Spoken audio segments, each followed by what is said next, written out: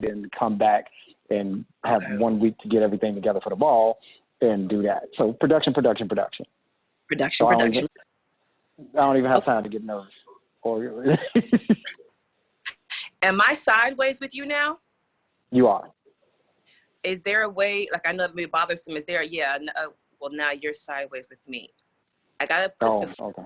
Crikey. There you are. Oh, no, it tripped Okay, up. now you're sideways. I don't think we can both be right side up at the same time or something. Okay. What if I did it like this? I will try and dig. You can't stop no Negroes from what they try to do, so I'm gonna just try and sit. Okay, I got us both right side up now. How's that look? Yeah. All right, well, I'll just hold the phone for the next 30 minutes. That's how important this is. Because I have the ring light on. And it's dark in here. We need a little extra light. So usually I set my phone in the ring light. Let's get right to it. I'm going to count down 3, 2, 1. Then we'll edit in the beginning. And then we'll go 3, 2, 1. I cannot contain myself. I'm trying to have my little semi-ass-put bougie, on my ensemble together. I'm cool, I'm collected, I'm a civilized, educated Black woman, but I am so excited because my big brother is on this phone. He has helped me navigate treacherous waters in the city of Chicago, and he's so full of wisdom. He bleeds art, and we're gonna talk about his journey. But before we get into it, can I scream a little bit just so I can be okay, then I can focus. You are on the phone, if you don't know him, you're like the 1% who does it. All of the Midwest and international, you'll hear his huge bio later, knows this guy. But now you know him, which makes sense because it's only like 2 of you left in the universe. So now you are part of it. You know that my voice students, especially my local voice students, but those of you also who are chiming in from all over the country, this guy is the paradigm, the precedent of what an indie artist looks like, right? This is what it looks like to make a living solely from your art. Some of you are like, no one's being interested in being signed anymore. And record labels aren't even interested in signing you unless you already have some serious traction as an indie anyway. So now everyone's looking to the people who have done it, who've been doing it, who've been eating, who've been trying to be on, telling other folk, control your art. And you are now looking at one of the forefathers of that. Let me please introduce to you, Khari. Thank you. Ooh. So we were just talking about and I know, boosting each other on our grade. I got a little bit of silver here that I'm starting to earn. But this man, as you can see, he's full of wisdom. You totally died that. I don't believe that's natural at all. And this is why people love him, because he says this every time he sees me, like he's never said this. So that I don't feel small. My ego is really tripping on this right here. But you are full of peppered, and people, the ladies are still trying to get your number. We still can't get you married. You still running from these streets. Like, leave me be to my art. My art is my wife. Oh, it is though. I don't, I admire you so much because you found the balance, you found the mate, you found the way to make it work. I don't know how. Now that's the lesson you should be teaching. I don't either. That's why we started with you, because you like, I ain't gonna try. I'm just be free. And Honey E is free. This gentleman, they fly him in and out of New York. They fly him in and out of West Coast. He's flying in and out of France. This dude is constantly, he ain't even from here. We're gonna start that. Constantly being asked, can you please host our events? Can you please host our house mixes? Can you please? And if you need to know, or who should I talk to, or is there an introduction to be met? This is the guy. And the reason is because he's not married. He's free. That's got to be it. Man, I'm telling you, it makes a wonderful difference. I get up and go, and I'll vote up. So we're going to get kind of personal with you, because I know you, and I want to know things that I know a lot of people don't want to. They're like, okay, I read his bio. They're already now crazy psych fans. They want to know, well, who is this dude for real? So I'm going to ask you some questions that I've always wanted to know. But before we do Okay. that, can you give us, if it's okay, your full governmental name? Like, who are you? What's your real, like, this your stage name, Khari B? Who? I never knew So this. yes, I was actually born Khari, or I got my name after birth. My parents named me, I don't know how long after, but they named me after birth. So my original birth certificate said boy. Are you serious? Yeah. That didn't change until like midway through high school. My birth certificate said boy. See, I would have never known that. Nobody knows that. And then, but shortly after, some days after, they were kind of being on their African tip and kind of fighting over whether I would take my dad's first name because he was the third. So there was conversation on whether I would be the fourth. But my mama saved me, and they named me Khari. So I'm not. I would have been Herman. I would have been Herman Bowden the fourth. And there's nothing about you that says Herman. My life probably would have been totally different just on the science of the name. So thank you for the wisdom. Thank you for the wisdom. Don't be naming your children haphazardly. Give them a chance, I thank my mama all the time for that one, and for real. So yeah, I've Khari came. They decided on Khari, and that's who I've been ever since. It wasn't, I got Afrocentric in college and changed my name, and no, none of that. I'm legit. Right. So what does it mean? Khari means kingly. Well, that makes sense. So look, it makes total sense. And it's funny how people do live up to their names, whatever their name is. This guy, it's a science to it.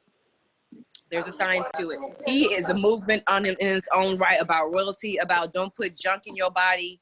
Go ahead, you need some, about don't be hooking up with no trash, about this is my stuff, my art, I'll do it by myself before I let you control me. He is a king. So we are truly amongst royalty. Tell us a little bit how you got your first just hit in art, like how you started, and then we'll talk about all that you do. Okay, so the semi-star was I went to school for architectural engineering in college, and I still loved the field and had about a year and a half left to go on a 5-year program, and I was on the extended 5-year program. I'll say that because I was going. I would go in and then I'd go in and then I'd leave for a year and then I'd get back in and then I'd leave for a semester and then I'd get back in. So yeah, there was that. I was on the extended program. You hear that, vocalist? You're amongst good company. Like, this is obviously a trend among artists. Because it's a fight. Like, am I? This is some bull. I don't want to do it, and then I gotta have a job. I gotta work. So is there some truth, you think, to that? Is there a real science to that, like, dichotomy, that tension with artists of, I'm really creative, but it's hard for me to be disciplined? Absolutely. Okay. One, artists aren't naturally disciplined. I don't think most artists are naturally disciplined. The other part of it is we're never told or encouraged that we can make a living on our art. Artists don't get that kind of nurturing except from, maybe their circle of friends. But like, society does not direct us to say, you can be an artist, you can be a singer, a poet, a visual artist, a painter, yada, yada, yada. When that's not there. It's not there. Usually, and all of these art schools are open, and usually they're training their students to become teachers. Right. To turn back around and come out of school and then teach what they're doing. We're not taught that we can make a living on our art, and we're not encouraged to do it. So we're sitting in these schools in whatever kind of program we are, and there's an artistic facet to architectural engineering, which is why I was in it in the first place. I love the technical side, but I also love. My goal was to get into residential housing. But during that period, I started doing poetry. Now, I shouldn't even say I started doing poetry. I started performing poetry. And What's this the difference was, to you? What do you mean doing? And you mean so you weren't just writing it, you're special, you mean? I wasn't just writing. I was always writing. Never took, it was never something. It was something that was inherent. I never even gave it any credence, any weight, anything. It was just writing. I grew up a visual artist. I was painting, sketching, drawing, yada, yada, yada, yada. So that was my art. And everybody was like, oh my God, you're going to grow up and be a famous artist. And I was like, kind of what I just told you. Artists don't make money till they die. So I don't want to do that. I want my money now. That's why I hesitated. Exactly. That's why I didn't do it at first. Yeah. So that's why I went into the engineering thing, and to find a way to be able to be creative and expressive, but make a living. Right. Right. Make some good money. Right. But around that time, I started performing because performing was becoming a thing. This was, I touched down on it in Chicago because Chicago really is responsible for the rebirth of performance poetry with the Club Spices. And Club Spices, for anybody who's not familiar, is the club that Love Jones was based on. So Spices had been popping off, and a friend of mine from college was always trying to take me. Like, you got to go see these poets. Then this. I'm like, I'm not going to see no puss-ass poets. I'm not, who wants to see that? Right. And finally, she was like, I know you right. You might want to see these people perform. I say, okay. So the night we went was the night they shut down. So I missed that whole era of that thing. And it wasn't a big deal to me. It wasn't about, because I didn't really want to go in the first place. I was a party head. Right. I like to go to clubs and dance all night. So we missed that. And then it went over to, the Spices crowd went over to, I want to say the Cotton Club after that. Yeah, yeah.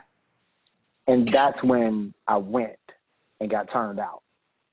And was like, word, this is up. But this is just a couple years before Love Jones got released. Yeah.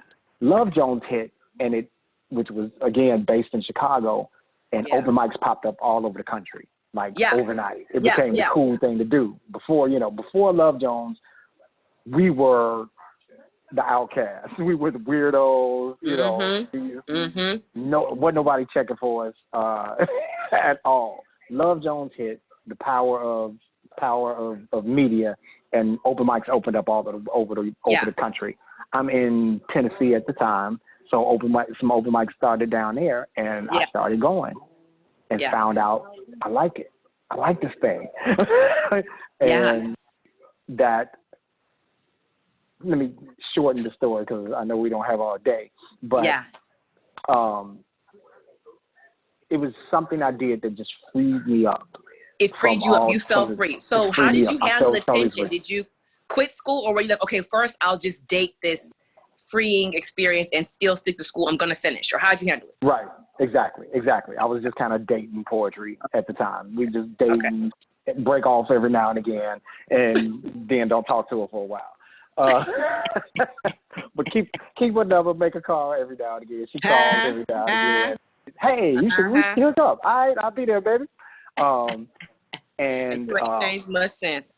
He got a slew of folk walking around here believing they could potentially be his baby mama, and it's so civilized. Ain't nobody really ugly about it. I'm like, how ain't nobody turned up a key to his car yet? How do you? We'll get to that later. That's not this show, but it's amazing. We'll get to that. So I quit school. Still didn't have it in my head that this was the thing. It was just something I did. Like I said, just kind of dating poetry. So I quit school, came back. I got a job offer in Chicago to work in the nonprofit sector with this organization I had worked with previously, and they were offering some good bread. And I was like, this school stuff is for the birds. I'm over it. And I got this how much job left did you have then? A year? How much was left? A year and a half. I had a year and a half. Oh, so that was at that time. Okay. Yeah. So I split, packed up my stuff. I had a dope crib down there too. I love it. Oh, wasn't paying nothing for a two bed, 2.5 bath townhouse. Wow. It was wonderful. Artist dream. Right. A college student's dream, right? So I dropped the stuff. What did your parents say? So what did your parents do? So I'll say it was difficult at first because they were like, when I came back, they was like, you need to finish school, but we appreciate that you got this job, right? My dad is a musician. Oh. So he's already an artist, and my mom is artistic. She's a teacher. What? But she was a teacher. So right. there was a certain higher respect for the arts. Right. Kind of. So right. when I quit the job, fast forwarding a little more, about a year later, when I quit the job, they were like, you ain't about to make no money on no poetry. What the hell are you going to do with your life? And I was like, I'm doing poetry. And like, I quit the job, went back to bed, woke up and was like, I got to be a poet. And I took everything that what? I took everything that I knew about going to parties, because I went to a lot, I was a party guy every day. Still are. Like every day but Tuesday. I was really bad then. I shouldn't say bad. I was really good then. Right. I was at a party every day but Tuesday. I took everything that I knew about what attracted me to go to a party and put that into promoting myself as a poet. And I quit the job maybe on like a Wednesday or Thursday. And then I went to the African Fest of the Arts.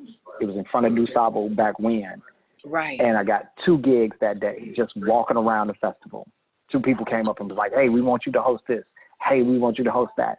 And I had never hosted anything before, but they knew me from the open mic scene, and that was the sign. Took off from there. You said that I'm gonna take it. I'm gonna take my confirmation. Yep. So there are so many nuggets in here, vocalists, singers, artists, that I want you to hear. And I want you to recognize that it's not foreign to you. The reason why we're doing these interviews is because you think your experience is isolated. On the top shelf. You think your experience is just you, or that only you're going through this. And I want you to hear his story. Sounds very similar to a lot of your stories when you all come to me. Not sure if I support it. My parents are going to freak out. I don't love what I'm doing. I feel free when I'm singing, right? Do you hear the similarities? I had to make a choice. That this is what I'm going to do, is a firm decision. And then do you hear how he started incorporating what he already knew to make his life work? It doesn't mean that you'll know everything, but it does mean that you already have certain skill sets that you can use to leverage and plateau your career as a singer. Are y'all catching the nuggets? So we learn from our predecessors, or from people who are wiser, smarter, stronger, more profitable than us, so that we can see how our life is not that much different, and that it's not as scary as you think it is when they went through the same thing. Okay, so now you are hosting. You're in Chicago. What year is this? This had to be 98. Wow. Had to be 1998. Wow. Okay. Yep. I quit the job in 98. Got 2 gigs that summer, 2 hosting gigs, and those turned into more gigs. Because I hosted, I did my thing. I don't know what my appeal was necessarily. I wasn't aware of what my appeal was, but people liked me. And they was like, oh, we want you to host this, and we want you to host that, and would you come perform here and there, and blah, blah, blah. And, that local reputation started building like immediately. So I was with it. I was making minimal dollars, Right. Right. You kept that not-for-profit job. Right. No, I dropped that. I dropped it like a hot potato. Oh, both jobs. I had already quit the school and was working in the nonprofit. I was working in the nonprofit, hated it because they were sapping my soul. I felt like they were taking advantage of these children and all of that kind of stuff. And I was like, yeah, I'm out of here. And I woke up one morning. The story I tell over and over again. I woke up one morning mad because I had to wake up extra, butt crack early in the morning. I had to get on the red line and congested, and take that train downtown and be somewhere I didn't want to be for 8 hours. Come on. Just did not make sense to me. I was help damn us. this. Yes. So I woke up mad, and something said, you're never supposed to wake up angry because you woke up. So why are you angry? And that is what prompted me to grab my phone and call my boss and quit my job, just like that. What? I love it. Oh, I never have known that. And I didn't. I can't tell. I'd lie. I'd be lying if I said I had a plan. I just Right. knew I'm not going to wake up angry. I know I'm not going I'm to not wake up going to. mad. I know what I'm I not don't plan gonna to do this And no that's more. That's super. I think that's the moment everybody needs to really Yeah. have is what are you not going to do, especially Yes. as artists, because artists get pimped. Yes. Quick, and everybody's looking to pimp the artist. So we have to decide from jump, what are you not going to do? And Ooh, I knew that's what I good. was not going to do. And after I went back to sleep, because it was butt crack early in the morning, I went back to sleep and got that good sleep in and woke up like, yeah, Brandy, can you feel a brand new day? Then I was like, now you need a job. What you going to do? And I was like, I'm going to do poetry. Because this is the thing that makes me feel alive. This is the thing that makes me feel free. This is the only time, and I was like religious. I would stay after work every freaking day except for Wednesday nights when I would go to Jazz and Jolly. It was a little open mic spot on 35th King Drive. Wow. The only day I really felt happy was Wednesday night.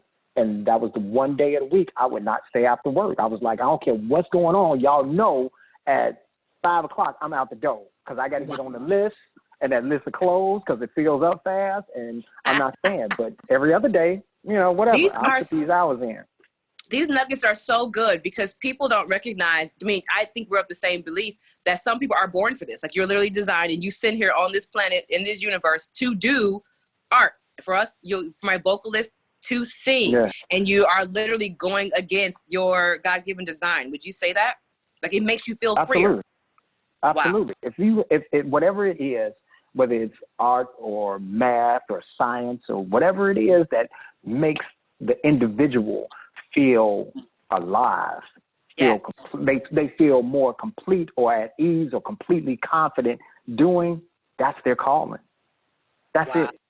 That's it. And don't get deep by it. Don't look at no more Oprah specials. It no ain't more books. right. It ain't more. It's not more complicated than that. Don't ask another friend, huh? Humans have a really bad habit of making everything complicated. It's not complicated. It's like, hey, we told you. Your ancestors told you. This is what it is. Because this when you like, I'm an introverted, people wouldn't believe that kind of guy, but nobody believes it. Because when I go on stage, everything opens up. I'm the same way. I tell people that and they go, you're lying. I'm going, no, I recharge by myself, but I become my best self on stage. But I'm tired afterwards. I need to go recharge by myself. Tell me this, because one of the biggest reasons why you're here is because we want to discuss work ethic and we want to discuss personality. And you hinted to the latter already. You were likable. You didn't know what about you was so likable, but you began to develop a local fame just because everyone freaking likes you. Like there's never a time when your name comes up and somebody go, even when they should. I be looking at these chicks like, they like, as long as I'm still connected to him, it's all good. You got this swag about you. Tell us about the personality aspect about you that has helped move you forward. So I've been house since I was maybe 12, right? Like on the house scene since I was 12, a diehard part of the culture. Yeah. What the party side of that taught me, just watching, because luckily for me, I was shy. I love to go out and dance, but I can't holler at nobody. I don't, I don't know how to handle rejection. I'm dancing. I'm going to dance with all the finest women I can find. And this is great for me. This is enough. So I'm watching in the meantime. And I saw how people would come to the scene and they'd start fucking around with each other, right? Yeah, yeah. And then when that goes bad, then they can't come back to the scene for whatever, they feel uncomfortable because their ex is there. And I was like, I don't want none of that because I like coming here every day. So I ain't hollering at anybody I'm hollering at will not be on this scene. Oh. I learned that lesson early on from being on the house, in the house circle. So when I came to poetry, people are just people. It's the same, different kind of people, but it's the same kind of people. Yeah. So I was like, I cannot fuck around on this scene. I stayed out of drama. And that's what saved me. It's true. I never had to dip off the scene because I had 16 exes in there waiting to chop my head off because they all found out about each other on the same day. Now, I will correct, let me be very honest. At some point, my youthful foolishness said, I want to see what all these other people are doing. So I got into some drama, and you so confirmed. Yeah, right. You confirmed. I should have went my first gut. Right. I was like, this is so stupid. So yeah, I have had some drama on the scene, but it got back together. You know what I'm saying? Right. I got it together. But you know what? This city, would you say this city, Chicago, is very political, very relational, and so this is extremely helpful for you? Has been helpful for you. Extremely relational. Chicago is a who you know city. And how about the Hands music down. industry as a whole, or just the The art music scene? industry, the art scene, everything about Chicago is who you know. Everything. The music scene, the art scene, all of it. It's all who you know. From the politicians on up, everything's relational. So it does us well to stay out of the drama because that gives you a longer lifespan. Yeah. So talk about your likability. What about you? Have you recognized now, because I know you're very self-aware, that makes you so dang unlikable, where people literally are giving you things, you say, hey, he referred me to a very, very wonderful woman now, but a very powerful woman. And she said, oh, you know Khari? Absolutely. And I'm like, who is? That's when I figured out. I'm like, wait a minute, who is he? That's just my older brother. Maybe I didn't know. It's a matter of just doing good. Just be good. You know what I'm saying? Good. Like, there's an old saying, there's an old story about the Christian missionaries coming to the Americas, and they're trying to convert these Native Americans, which of course is us, but they're trying to convert these Native Americans, and the Native Americans are open. They say, all right, let me see what you're talking about. Of course, I'm paraphrasing. Let me see what you're talking about. So they give them this big ass Bible. And the Native Americans take the Bible and they flip through, they flip through it, and they say, you need all of this to tell you to be good? No, we straight. We good. We got that. We covered it. Hit a pipe. So look, let's go through. So it's about being good. Right. Let's go through the work. Just be good. I mean, that's really a great, you need to make that one of your merchandise. Like, be good. Because we buying everything else you're selling. Tell me about, let's go through the work ethic. Before we do, because you talked about the rare aspect of discipline and that we do run from it. And since you were already trying to just get through engineering school, I know you've tasted it and you have built quite an empire. We're going to get to like the biggest boom that's now happening with the debauchery ball. And I mean, your momentum is getting crazy here. So help them to see the seeds and how it starts in work ethic. Before we do that, can you just run down I need you to like boast here. The poetry, the art, the people you've worked with, because I am like, no one really believes. I mean, your face is up on 40. I'm like, how did he get a whole poster? Who is this man? A big billboard. Like, you're a landmark here, like your whole landmark. So tell us, it's funny, what do you do? Like with the billboard, it was funny, the people that put it up, the owners of that building, was like, do you have any suggestions of whose face could go on this building? And I came up with a list of 5-7 people who I thought were influential on the art scene in Chicago. And they went through it. I gave them contact numbers and everything. I'm just, plugging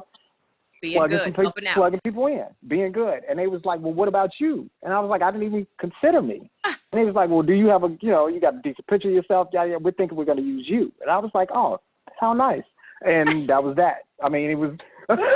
It's like a staple on the South Side. Every time I go past the Green Line, 43rd Street, I look up at you, I just shake my head like, this Negro, he ain't even from here. How is he doing this? Okay, so tell us about all the things that everything that I do. I mean, when I'm in those networking events where all these pretentious people are trying to find out what each other do so they can judge you by that how obnoxious, much uncomfortable space. Yeah. Which I can just stand. I always say I'm a poet. You know what I'm saying? Because nobody is gonna put any credence on that. They don't know. They're like, so you write books if they don't already know me. And I'm like, yeah, sure. You said you're rebel. It ain't necessary for nobody to know. I'm part of the phone jumping around. I don't know why it's slipping off its axis. Anyway, So I'm a spoken word. My official term is spoken word musician, but in that, musician. Yeah, because I've always made a point to work with musicians, and the musicians don't see me as a poet. They see me as somebody else, another instrumentalist. They do. So I took on that term, spoken word musician. Wow. And I think that fits best, damn it. Yeah. Almost had it. You ain't got to be perfect to be powerful, huh? You can't get this cell phone right, but it don't matter. You like, I can do a lot of other things. Right. It's an attribute about my singers. Anybody want to send me a phone tripod, which I never knew I needed until right now. Discopoet@gmail. No, so in being the spoken word musician, I do event production. I teach, so I'm an educator. I teach at Purdue University primarily. That's been the good gig. Yeah. But I'm teaching spoken word writing and performance there. Wow. Producer, blah blah blah, and then and most recently I added author. And then I co-produced a movie. Co-produced a movie about this an event production that I've put on.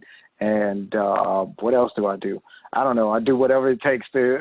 you make love, not war. So it seems very humble, but I mean, it's amazing. So yes, you have been a teacher. I'd be jealous. I mean, I'm like, I wish I was a student because no one likes their teachers. So it's like, man, if he was a teacher, that would be so awesome. But okay, so now we're at this. Oh yeah, I know Khari. Oh yeah, and debauchery. Oh yeah, we know the debauchery ball. And oh, you got the video, and you got people like documenting you. Like, I'm like, what? What do you think are some of the things in your work ethic that has led to now this momentum and this, exposure and kind of traction in your success? I think it's two things. One, I got rid of the safety net. So if we go back to, I quit the job. Wow. Done. I let go of the safety net. Wow. I had to let go first. And when you let go of that safety net, you realize I can't fall. I can't fall. If I fall, I die. Yeah. So there's no falling. You can stumble, you can trip, you can, you can do a whole bunch.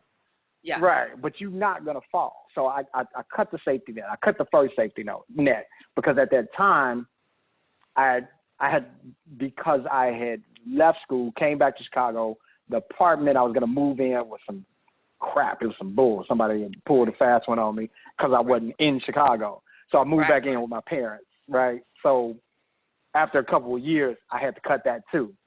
Right. And I mean, I'm sure my parents wanted my grown ass out their house too, but it was just like I wanted my grown ass out the house. So now, when you got those, you got real bills that need paying. You know what I'm saying? I've had a child at the time, so there's something about the pressure. About making a diamond, you gotta have pressure.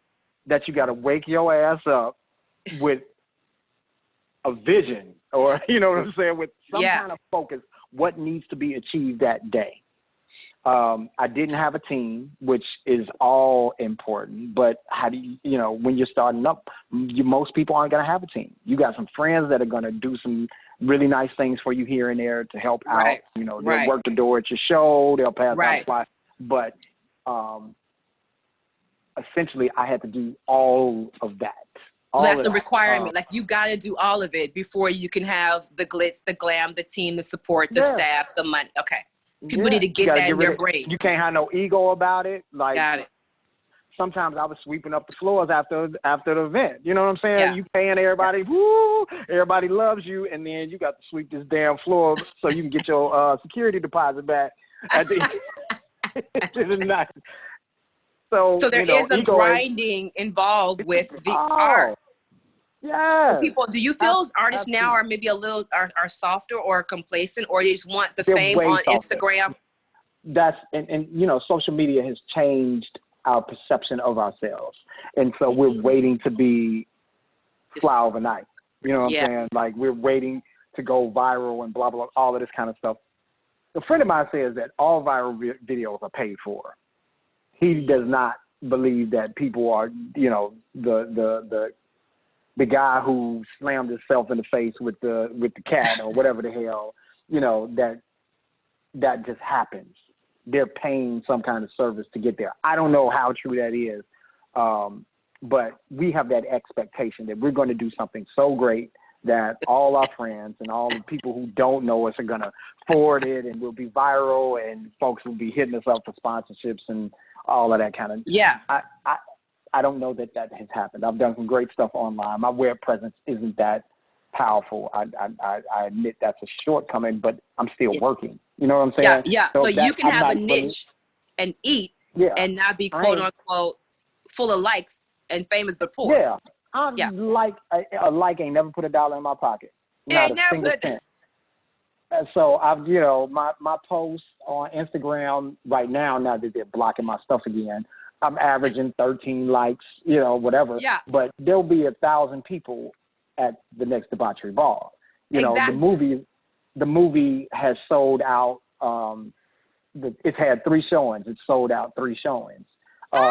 So it's okay that my Instagram has 13 likes. Okay, you know, my ego is not tied to that, and I think that's how social media has been set up to appeal to people's ego, and they need the ego fed and fed and fed and fed. And you look and it's 13 likes, and you're like, oh my God, nobody likes me. Well, do an event, promo it, be good, and get your people there. See what happens. It's a big difference. Because the likes don't, if you ain't got 1 million likes, it ain't putting 2 cents in your pocket. It's not, it's got to convert somehow. I never had a million. I'll say this. One time, I put up a post, this is a couple of years ago before Facebook bought Instagram. And people need to get what that merge was about, because that's huge. Yeah. Right. Because now there really is no independence, and there's so much more. Yeah. It's becoming a monopoly very fast. Yeah. So I put a post up on Instagram, and I checked back randomly, and the numbers was clicking. I had like 1,000 something on this post. I was like, oh shit. I done gone viral all of a sudden. I'm excited because it had never happened to me. Right. But I went away from it. I was busy at the time, so I couldn't check it. When I went back to it, it was like 24. I was like, oh, so this shit is set up. No way. No way. This is a setup. No way. You are not telling the truth. I promise this happened. I have never known you to lie one day in my life. Because it ain't worth it. I'm going to go and tell the truth. You gonna tell the truth. I mean, even when they be like, "Oh, you could have lied a little bit," you be like, "I don't know how to do that." I don't know how to do that. Yeah, that's why I'm not doing that. Wow. So we have to understand that it is in someone else's power and interest to fuel that ego-based thing that for goes you, on, emotionalism. The main contact, which is what we also promote, is basically your email list and just direct face-to-face. Like, you can never lose your email. Nope. Yeah, and you can never lose the contact. People every single week. Even, like, I email, not every single week, let me not lie. There was a lie. That was a big old lie. You know, at least every other week, though. I'm getting out an email to my email list. Even if I don't have an event that week, I'm going to put out all of my people. Man, they got a gig, it's on there. Such got something, it's on there. And I'm going to keep that out just to stay connected to these people who I know are directly connected to me. That's Mark huge. Zuckerberg don't touch that. You know what I'm saying? He ain't got nothing to do with that. So that's within our ability. And then I'm in the street pressing hands. Hey, how you doing? I'm at this show. I'm at that show. So I'm just out partying, and people are like, when's your next show? Yeah. There's nothing like, you know. It's just organic. There's nothing like it. Yeah. And I'll a lot of times I got to plug it in my back pocket, and I'm like, oh, here, come to this. Yeah. And it's old school way of doing things, but it's what I know. That's what's taken me all over this country. That's what's opened up doors for me to perform internationally. That's what's there was when I got offered my first deal. Oh yeah. There was no social media like that. Yeah. It wasn't popping like that at all. So I still got to deal. Nobody even knows, has a concept. How do you get a deal without a social media following? Yeah. Well, I got offered a deal, and my deal was crappy. Yeah. And that's why I didn't take it. You know what I'm saying? But I got offered a good deal. Right. It was a good deal, industry-wise. But for me, I was like, these dollars don't make sense. These dollars don't make sense. I was right with you. They must have gave us both the same deal. Like, I went to a little bit of college. I can read this. This don't make no sense. I can read this. Yeah. It behooves people to learn how to read contracts. Yeah. And and not just think it's a matter of reading, knowing how to read. You got to know how to read a contract. Know exactly what they're saying and legalese and what you're signing up for. And if you can't find someone to do it, go ahead. Right, or find somebody to do it. But in the early years, I ain't had nobody to do that for me. No. I got a law dictionary and figured it out and was like, wow. They kissed my fanny on this one. It was a better deal it was a way bigger deal. This is just to give perspective on it. It was a way bigger deal than TLC had. Wow. One of the largest selling female groups of all time at that time, right? But they were 3 albums in and completely broke. Yep. Because they were splitting up 3 cents. Yep. So I had a way bigger deal than that. But I was like, these dollars don't make no sense. I'm not doing that. I didn't want no advance, nothing. And now you hear the Gambinos and the Jay-Z's and the Chances of the world saying, no, why do not take a deal? They're lying. Do not. You're going to go into poverty.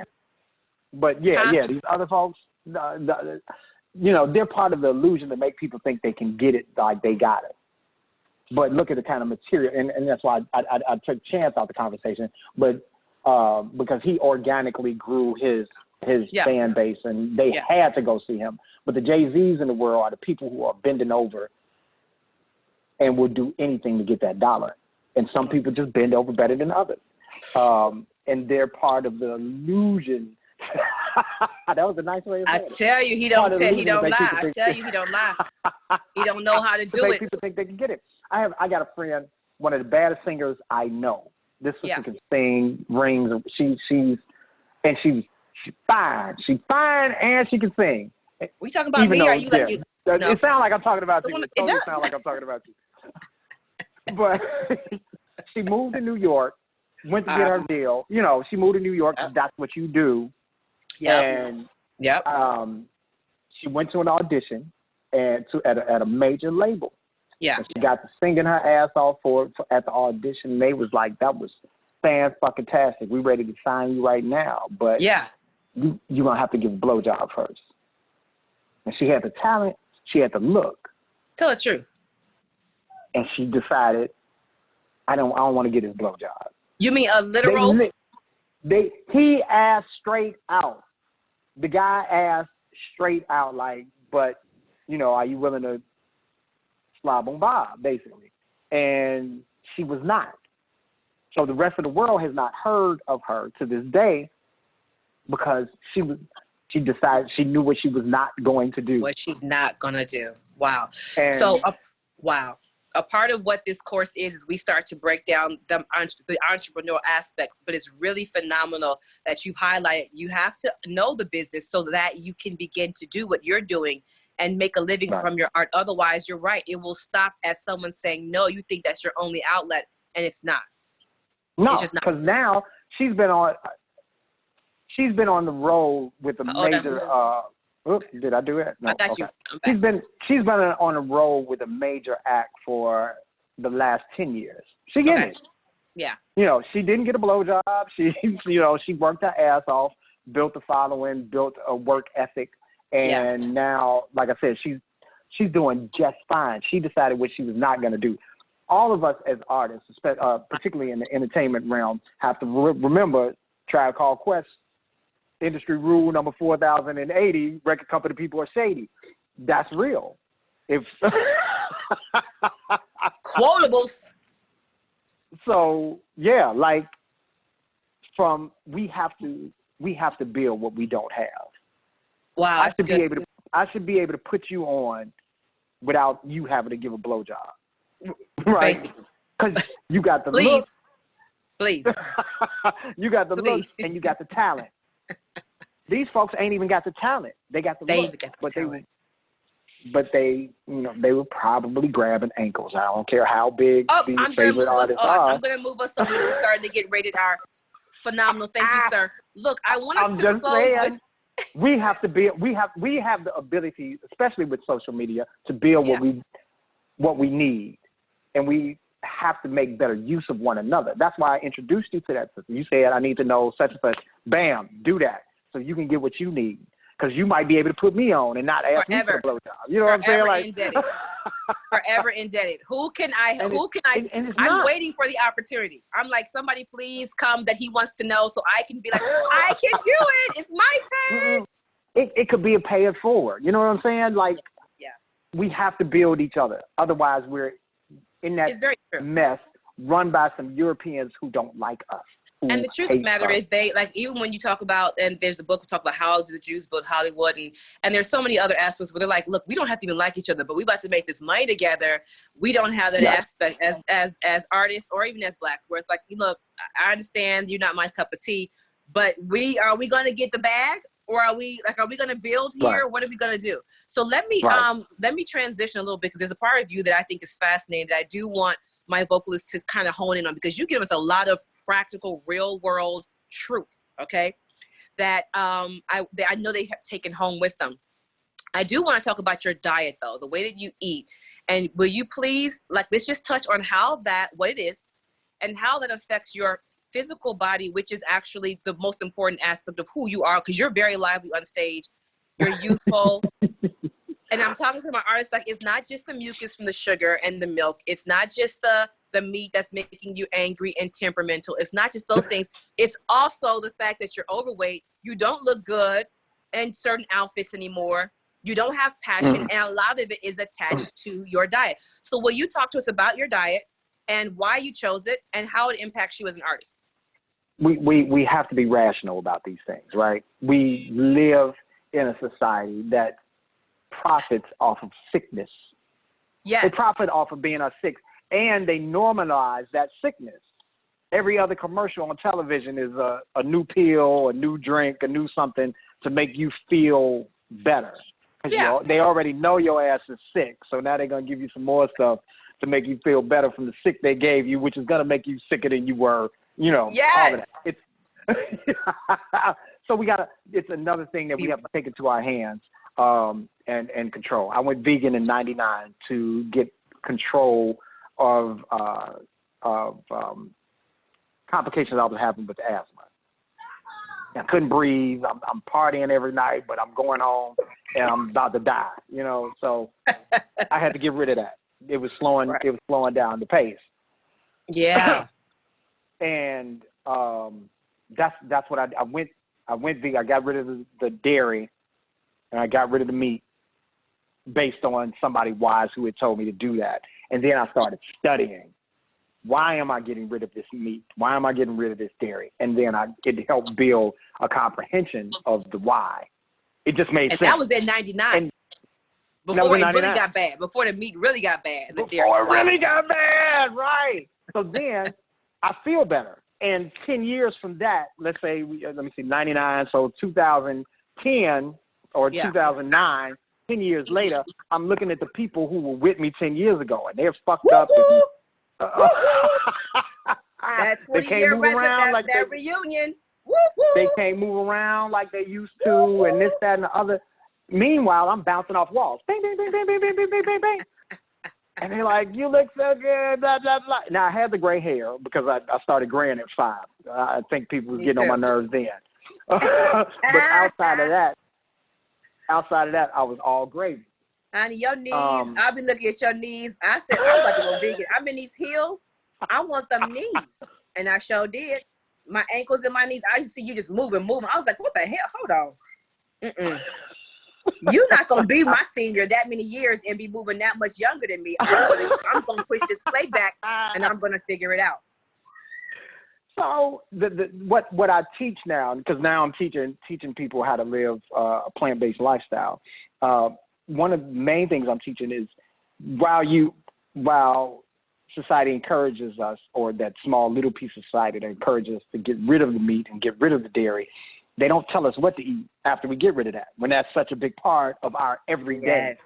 Yes. Sleep, hydration, and water and food. Right. Nobody talks about that. And all of our doctors, if you ask any medical doctor, they will, if they're honest, they'll tell you in all those years of school that they took, they only took a week worth of nutrition. Yes. 1 week. They took 1 week on nutrition. So how the hell are they going to tell us how to live? You can take this bullet up out of me, but and thank you, sir. We do appreciate that. Right. But you can't get rid of grandmama's sugar. If I don't ever get shot, what I'm going to do with the... You can't get rid of grandmama's sugar or big mama's cancer. Like, you know, they wouldn't...